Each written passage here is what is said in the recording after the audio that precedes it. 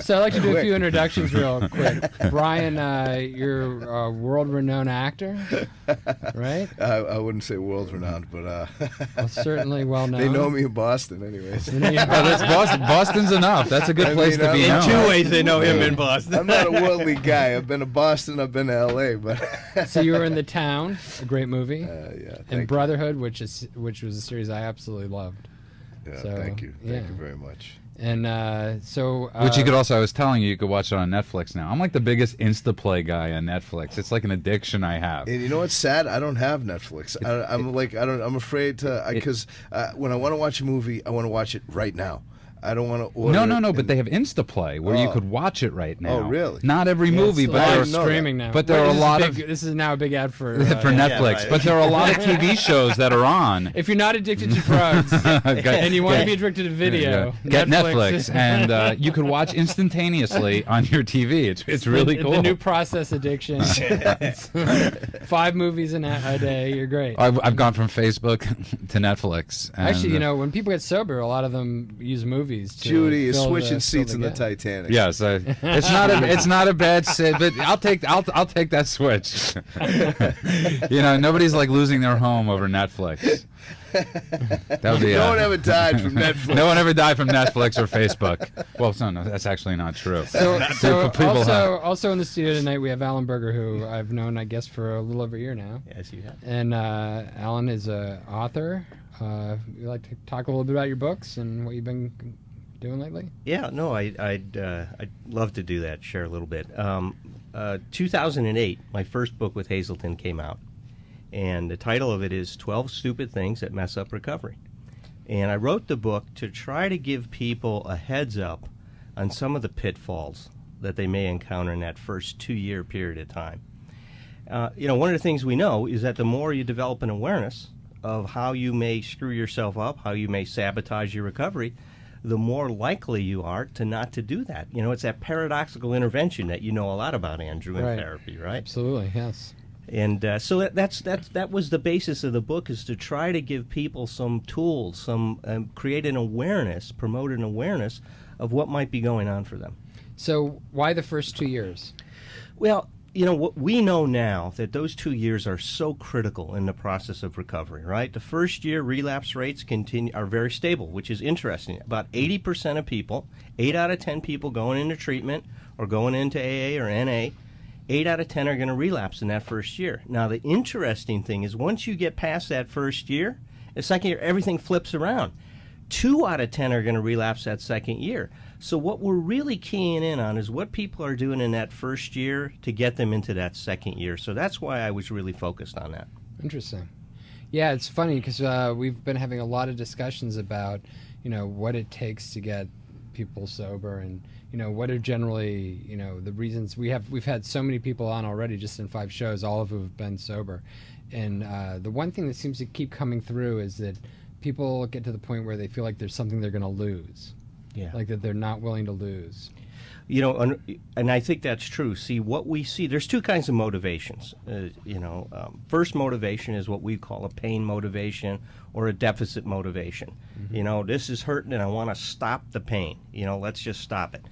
Now, can be a powerful motivation. The problem is it's not going to last too long, right? It's like the guy wants to patch the roof up and as long as it's raining, right? Once it stops raining, your worry about the roof leaking stops.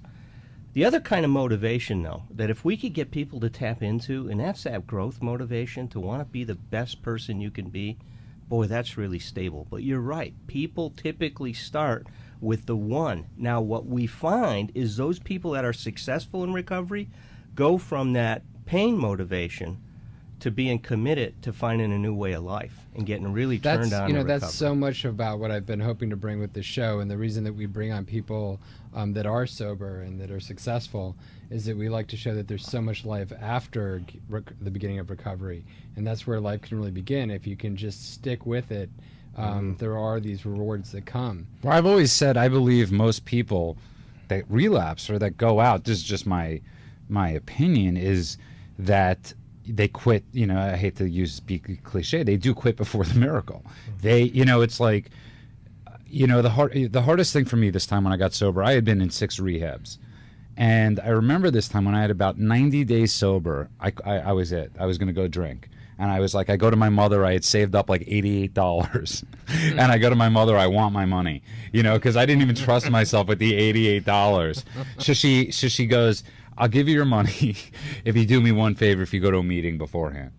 And I said to her, okay, I'll go to... So she drives me to this meeting in Brooklyn, a clubhouse called Park Slope Caton, which was in Bensonhurst.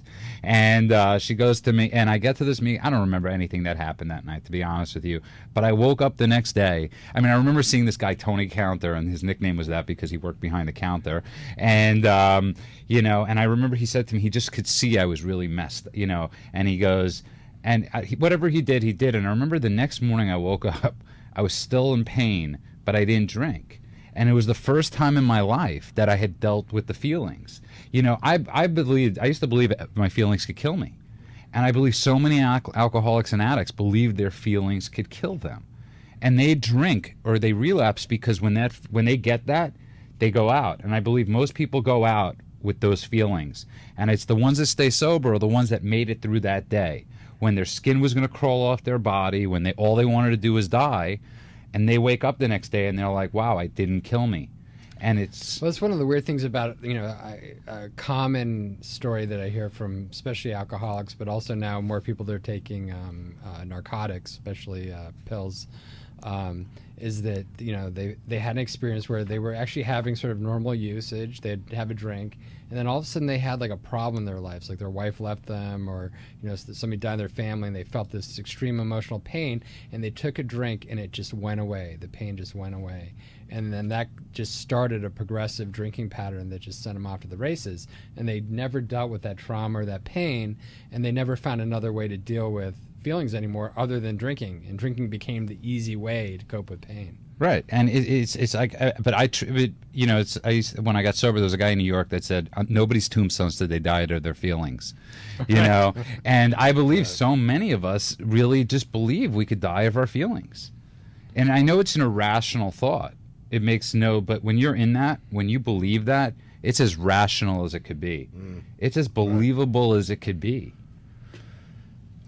Brian, how did you get into this whole situation? Well, I went to detox when I was 19. Like Judah, I was young, and I went to detox up in New Hampshire. And when I went to an AA meeting while I was in there, and a couple of meetings. They took us out, and then I get out and I went to a meeting, and I was scared. I was petrified of leaving the detox because I was in there for 4 weeks and I hadn't had a drink or a drug. And it was the big 80s, so, you know, it was booze and whatnot and blow, whatever. And, you know, it was just a, you know, scared kid. And then I remember going to that meeting and thinking my life's over. But my life was actually just starting, you know. And, yeah, actually, ironically, yesterday was my 23rd, you know, sober birthday. So congratulations. Sober 23 years yesterday. So, and that would make you 44. As my mother would say, don't clap for him. He's just doing what he's supposed to do. But, yeah, right. You know, but I thought my life was over. I'm stuck in these. In Boston, we still meet in the basements of churches, and it's dingy and bad lighting and whatnot. But then I found some young people's meetings, and there was lots of kids that I was completely unaware that there was this whole subculture of clean and sober, you know, young people, and it was great. Yeah, we see people getting sober younger and younger, which is actually encouraging. And the other thing is that we're seeing is people getting into recovery before they become sort of full blown in their addiction, which I find very encouraging as well. That you don't have to fully bottom up. There's this sort of myth out there that you have to, you know, completely fall apart before you get sober, and I think we're starting to see that change. We're going to take a quick break right now. We'll be back in a few minutes with Brian and Alan. And the number here is 877-8-830-830. That's 877-8-830-830. We're KLEAN Radio.